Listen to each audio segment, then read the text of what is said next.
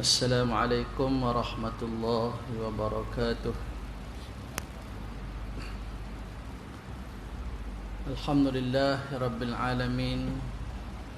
Wassalatu wassalamu ala ashrafil anbiya'i wal mursalin wa ala alihi wa sahbihi ajma'in. Rabbi shrah li sadri wa yassir li amri wa hlul 'uqdatam min lisani yafqahu qawli.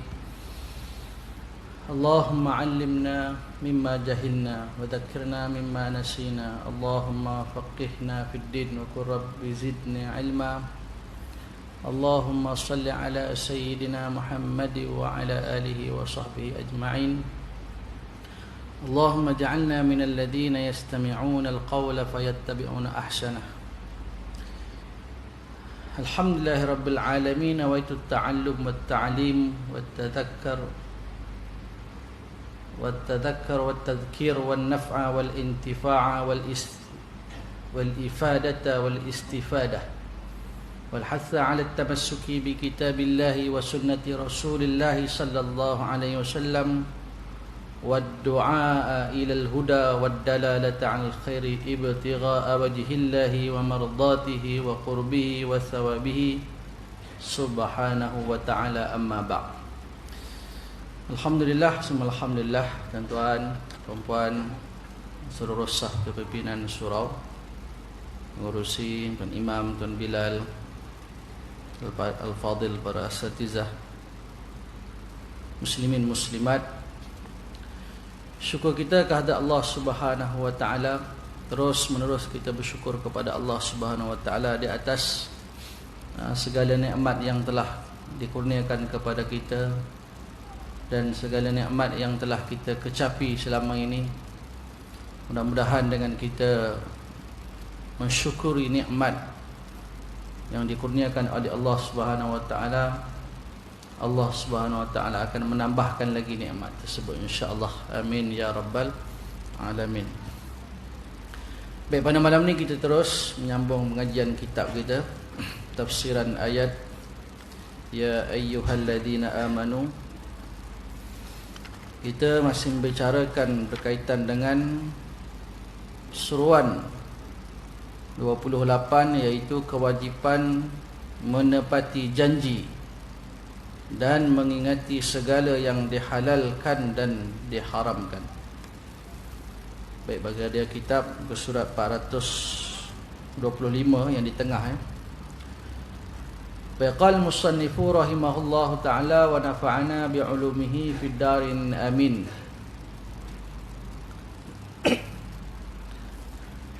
Kata pengarang kitab, seterusnya 10 pesanan terakhir yang terkandung dalam surah Al-An'am bermaksud wala taqrabu malal yatimi illa billati hi ahsanu hatta yablugha ashuddah, yang bermaksud dan janganlah kamu hampiri harta anak yatim melainkan dengan cara yang baik untuk mengawal dan mengembangkannya. Baik, kita tuan-tuan bicarakan itu tafsiran berkaitan dengan Allah SWT perintahkan kita orang beriman, ya ayyuhalladzina amanu aufu bil uqud, tunaikan janji kita dengan Allah Subhanahu wa taala. Baik, dalam masalah anak yatim ini, maksud dia kita kena tunaikan amanah. Maknanya berpegang dengan janji, maknanya mengambil tanggungjawab nak buka rumah anak yatim ke, nak jaga amanah anak yatim ke, tak kisahlah.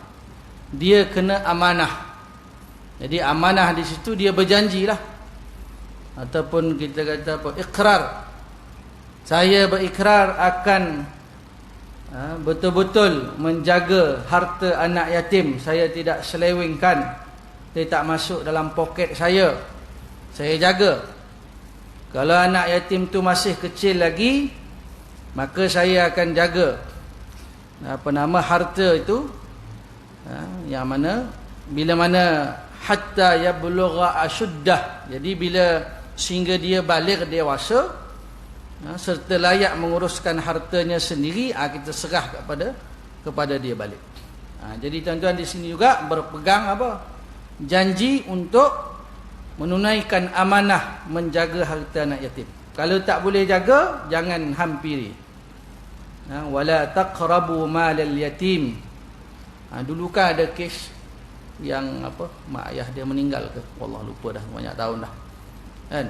Jadi ada sikit isu al-maklum lah, fulus ni, duit ni tuan-tuan, tak kata kat siapalah tuan-tuan. Orang yang dulunya elok je, nampak diam je, nampak tak melawan pun, nampak tak pandai nak buat apa-apalah, tak pandai helah, tak pandai. Tiba-tiba dia dapat duit tuan-tuan, jadi licik pula, jadi pandai menipu, bercakap putar belit sebab ada duit. Sebab itu manusia ni kadang-kadang biar dia tak ada duit lagi bagus. Bila dia ada duit dia lain jadi tuan-tuan, dia berubah. Kadang-kadang orang terkejut. Sebab itu kalau seseorang itu dia ini pada awalnya tak ada duit, tiba-tiba dia dapat duit, tuan-tuan tengok hidup dia akan berubah. Dia rasa duit dia jumlah yang banyak, dia beli kereta, dia beli itu, dia joli sana sini. Lepas tu habis duit dia pun terkejut. Tak tahu, aku pun terkejut duit aku habis.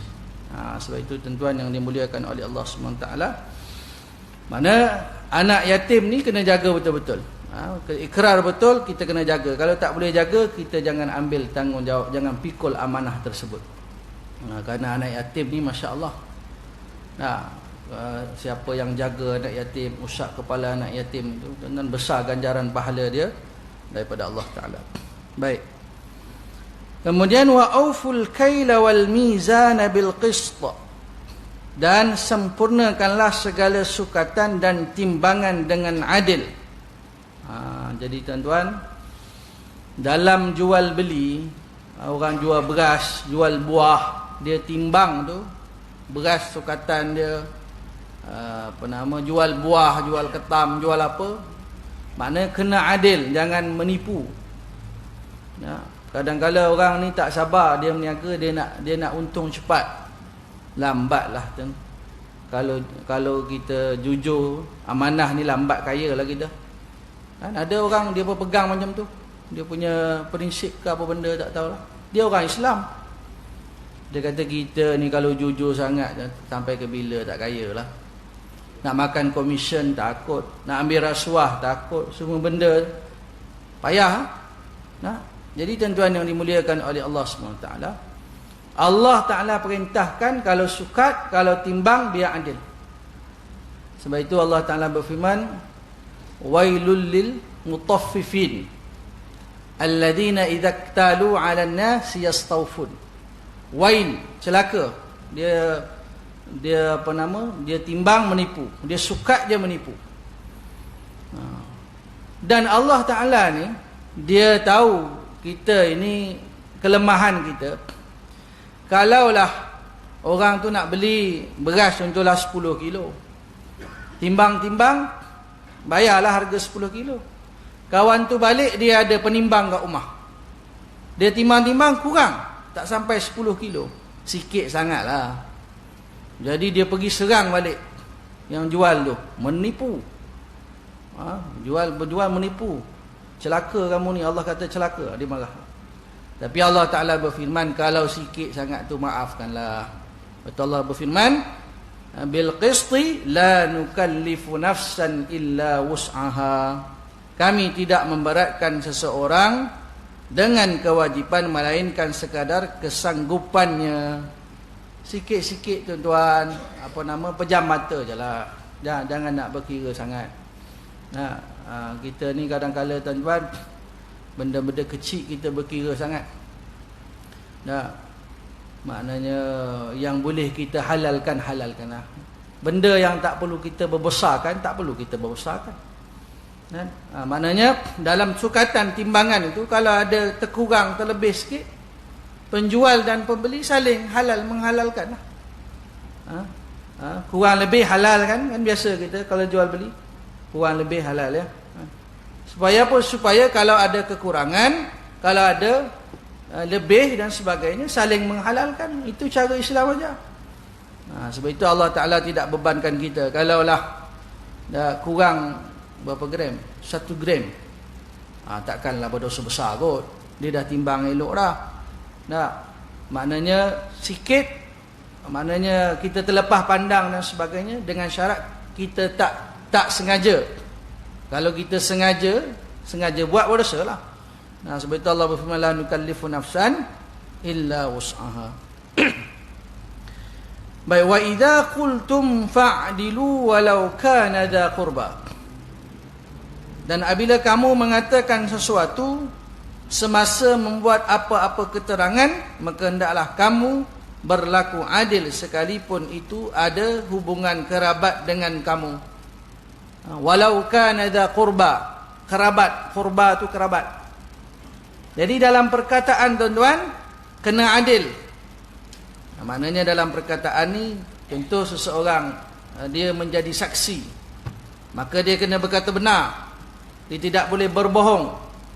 Maknanya dalam perkataan juga kena adil. Maknanya dalam apa lagi dengan contohnya? Dalam hakim memutuskan hukuman, peguam bela, pendakwa raya, yang maknanya dengan kata-kata, maka dia kena adil. Sebab itu hari ni tuan-tuan, kita tak katalah lawyer ni semua pendosa belaka, tidaklah. Kita kata dia orang ni sekali buka kes sekian bayar. Sebab tu bila menang kes dia senyum, ataupun menang tak menang pun payment dia dapat. Kan ada lawyer dalam ni kan, jangan marahlah. Jadi tuan-tuan, kenapa?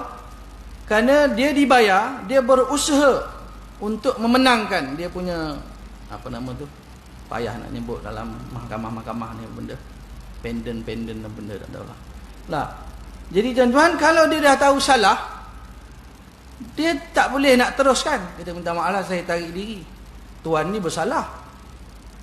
Saya masuk dalam mahkamah, saya putar balik. Kita tengok filem Tamil kan. Kita sanggup tengok sejam pun duduk bercakap. Dia kata sebenarnya saya masuk dalam rumah tu, sayalah yang membunuh. Yang ni kata bukan saya. Kita nasib baik ada terjemah tu. Kalau tak ada pening kat kita. Tapi tuan-tuan, sebenarnya dalam kes dalam mahkamah ni bukan seronok sangat tuan-tuan. Boring duduk dalam tu. Hakim cakap, pendakwa cakap, ni cakap, mendakwa cakap. Tapi bila dia buat filem nampak seronok. Seronoknya apa? Sebab dia putar belit. Memutar belit. Memutar-mutar. Yang ni pusing sini, yang ni pusing sini, yang ni pusing sini. Sebenarnya yang jadi rumit, yang jadi apa? Dia duduk pusing itulah, sama-sama menipu. Pendakwa menipu, pengawal bela pun menipu. Tak tuju kepada siapalah. Jadi tuan-tuan yang dimuliakan oleh Allah SWT, Allah perintah wa idza qultum fa'dilu. Bila berkata-kata kena adil. Walau kana dza qurba. Bila seorang hakim tu dia nak buat keputusan, tengok dia punya anak buah. Tu dah susah lah. Dia nak buat keputusan macam mana ni anak buah ni. Walaupun anak buah pun kena buat keputusan. Kena berlaku adil. Kalau tak boleh, suruh hakim lain. Kamu ganti saya lah, saya tak boleh buat keputusan tu, anak buah saya tu. Nanti orang fitnah, orang cakap apa pula, tarik diri. Dan kita jangan biarkan diri kita ni berada di dalam ataupun membuka pintu-pintu fitnah. Kita yang buka pintu fitnah tu, bila orang kata kat kita, kita marah. Padahal kita yang buka pintu fitnah. Macam dalam jawatan-jawatan juga. Jangan anak beranak semua. Atau ayah turun sini, anak buah turun sini, sepupu turun sini. Jadi masalah. Jadi orang akan fitnah. Orang kata apa, ini mesti pakai kabel ni. Jadi kita marah pula. Dah tahu dah kita akan buka pintu fitnah, jangan buat. Jangan dalam satu apa dia organisasi ke jabatan ke apa, tak kisahlah. Jangan berkumpul di situ anak beranak semua. Orang menantu ni tak boleh. Kenapa? Kerana orang akan bertanya-tanya. Walaupun saudara saya tapi dia berkelayakan. Memang betul lah, tapi menjadi fitnah. Sebab itu tuan, ini merupakan satu ujian juga bagi seorang hakim, bagi orang yang ada kuasa. Bila dengan ahli keluarga dia payah nak buat keputusan. Sedangkan Nabi SAW, kalau dia kata, dia sabdaan bagi Nabi SAW, kalaulah Sayyidatina Fatimah radhiyallahu anha tu, dia mencuri, akan ku potong tangannya, laqata'tu yadaha. Tak mungkinlah Sayyidatina Fatimah tu mencuri, tetapi Nabi SAW dia tegas. Sebab itu tuan-tuan yang dimuliakan oleh Allah SWT, tak kira kalau nak berlaku adil kepada ahli keluarga ke kerabat ke, kena berlaku adil. Tak boleh pada orang yang kita tak kenal kita jatuhkan hukuman, pada orang yang kita kenal kita main tangguh tak habis-habis. Kita tengok satu kes tu tuan-tuan, seingat saya dah 5 tahun tak selesai lagi ke kes ni, kita pun pening. Sebab apa? Dia boleh minta tangguh lagi. Baik.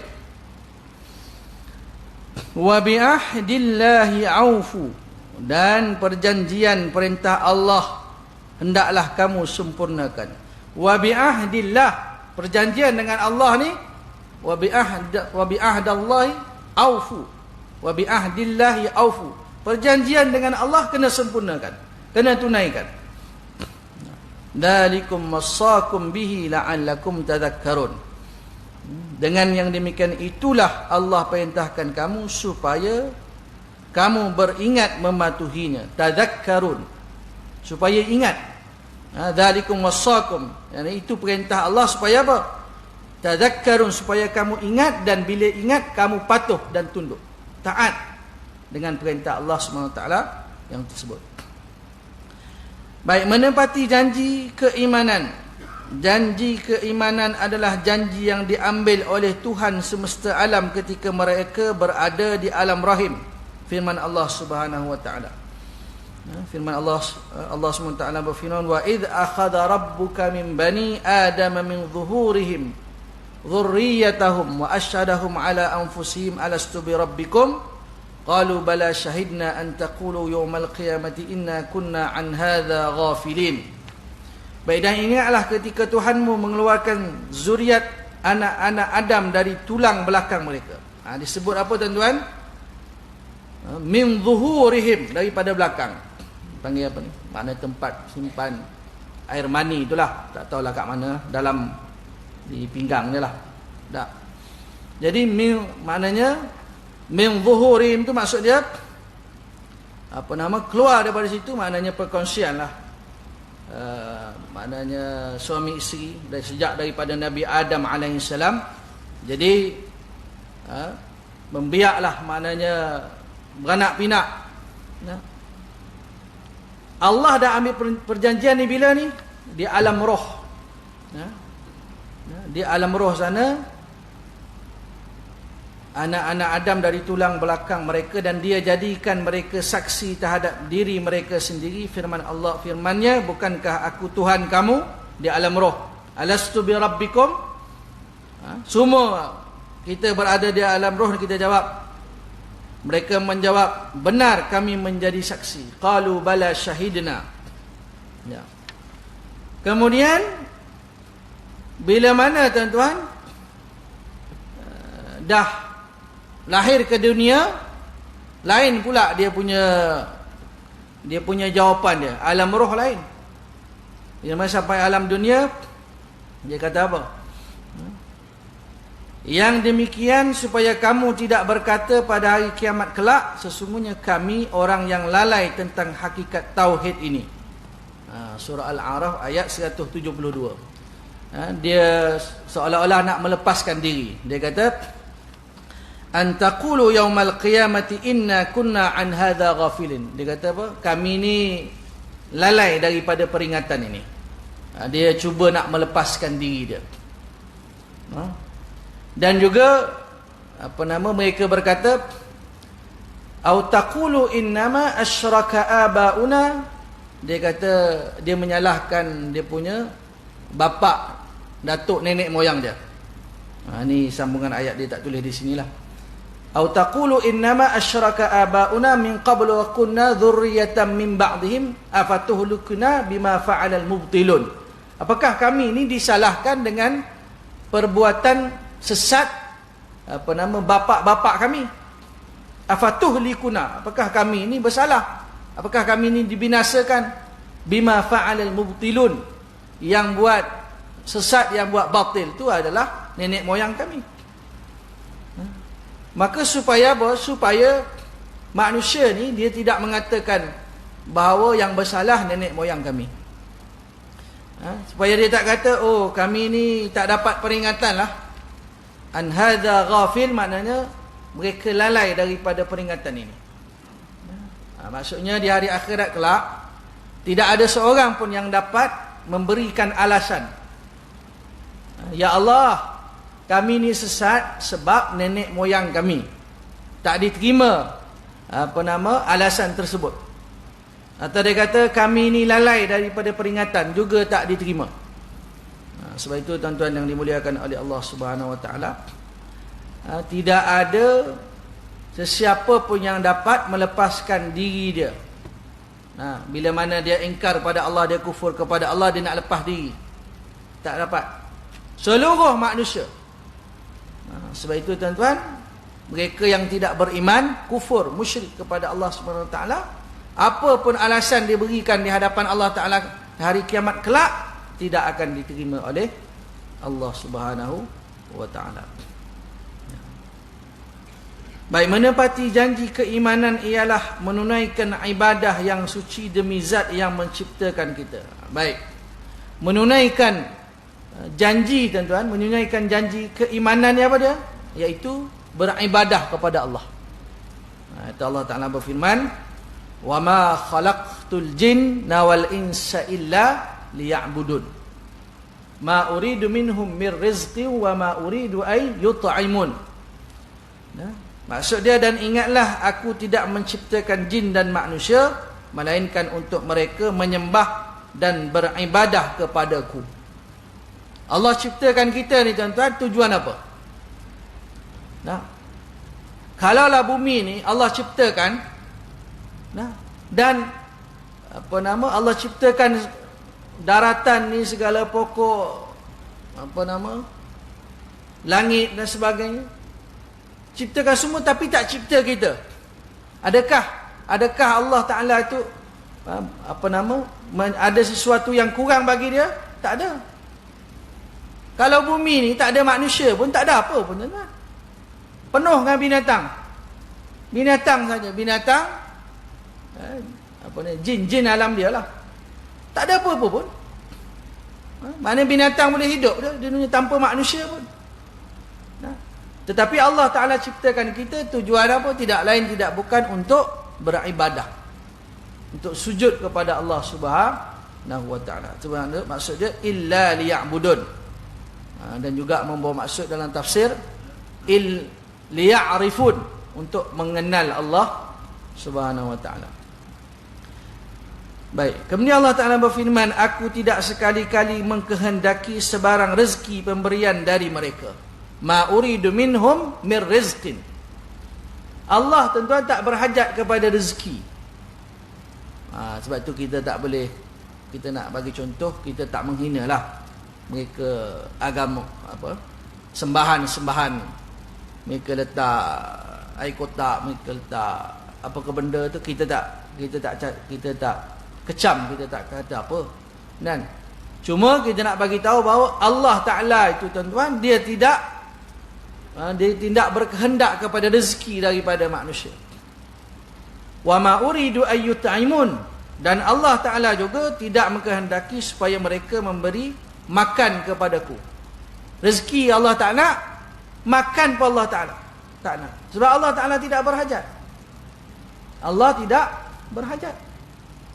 Sebab itu tuan-tuan yang dimuliakan oleh Allah Subhanahu Wa Ta'ala, ketika mana kisah apa tuan-tuan? Qarun ke Haman ke Firaun? Yang dia minta nak tengok Allah tu. Dia suruh Haman buat Haman suruh apa? Ij'al lana apa? Suruh buat satu tangga yang tinggi. Firaun suruh ke, Haman suruh ke, Qarun suruh? Firaun suruh. Dia kata apa? Dia nak tengok Allah Subhanahu Wa Taala. Ayat apa tu mana tuan-tuan lupa tuan-tuan. Allahumma salli ala Muhammad. Jadi tinggi mana tangga tu, tinggi mana tak payah kira lah tuan-tuan. Berapa meter tak payahlah, nanti jadi isu pula kan. Jadi yang penting dia nak buat, dia suruh buat tangga, dia nak tengok mana Allah SWT. Dia ingat Allah Ta'ala ni duduk atas langit kan? Dia ingat duduk atas langit. Allah Ta'ala itu tidak berhajat kepada tempat. Dia tidak perlu kepada makanan, tidak perlu kepada rezeki, tak perlu. Dan tak perlu juga kepada tempat. Sebab itu Allah Ta'ala itu dia tidak duduk di langit, dia tidak duduk di arash. Dan kalau kata duduk di arash, sebelum Allah ciptakan arash, Allah duduk di mana? Sebab itu tuan-tuan yang dimuliakan oleh Allah SWT, Allah tidak menyerupai makhluk sama sekali. Itu mudah untuk kita faham bagi kita orang awam. Allah laisa kamislihi syai'un. Allah tidak menyerupai makhluk. Dah habis cerita. Sebab itu bagi Nabi Sallam melarang, jangan fikir tentang zat Allah, tapi fikirlah pada ciptaan kejadian. Ciptaan Allah kita fikir. Zat Allah tak payah fikir. Zat Allah tak payah kita fikir. Baik. Kemudian kata pengarang, ibadah yang suci termasuklah menegakkan syariat agama seperti salat. Ni kita maklumlah tuan-tuan. Jadi kalau kita salat, kita telah tunaikan janji. Kita puasa, kita zakat, kita pergi haji, menunaikan suruhan apa Allah perintah kita buat. Kemudian jujur dalam berkata-kata, mana tak menipu. Kerana menipu ni tanda-tanda munafik. Jangan biasakan menipu tuan-tuan. Kalau kita ni sebab itu kalau kita tak biasa menipu kan, kalau kita nak menipu pun rasa bersalah kan. Contoh orang tanya, rumah ada kat rumah ke?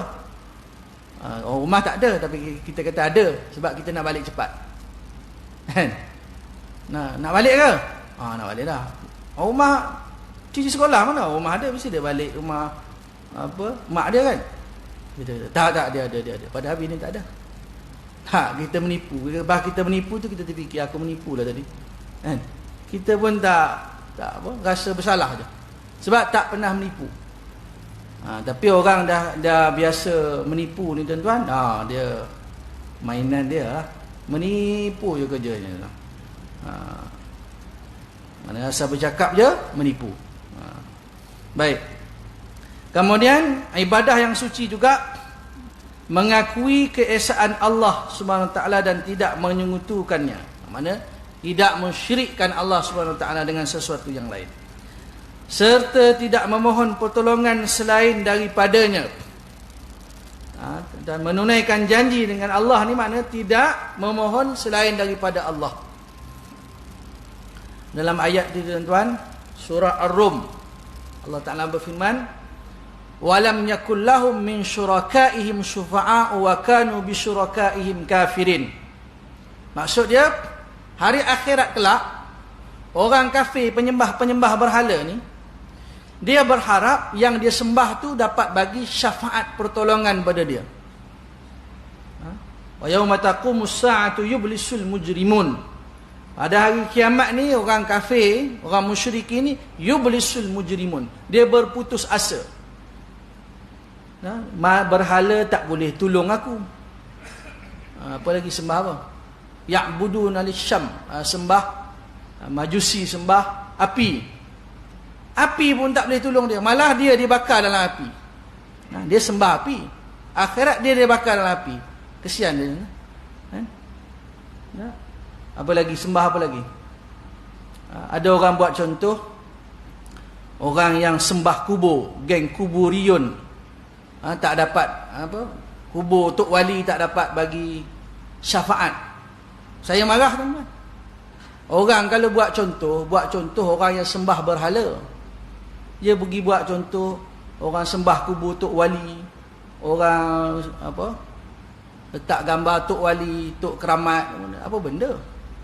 Nah, sebab bila kita bagi contoh macam tu, seolah-olah kita telah mengatakan bahawa orang itu telah pun syirik.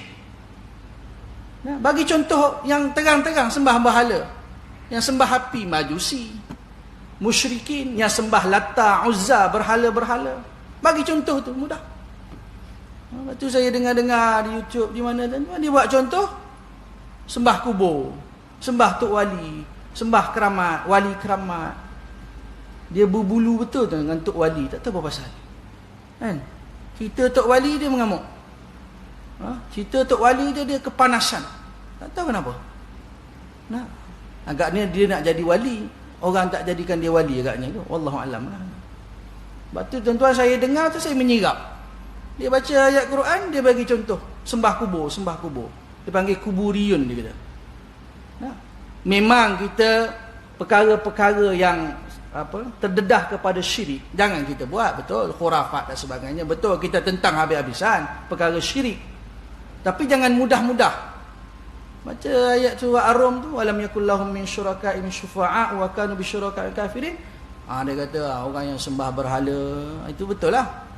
Kemudian ni yang sembah-sembah kubur, yang sembah kalau betul-betul ada bukti, maka manalah Pakistan ke mana ke yang memang jadikan kubur tu memang sembah betul.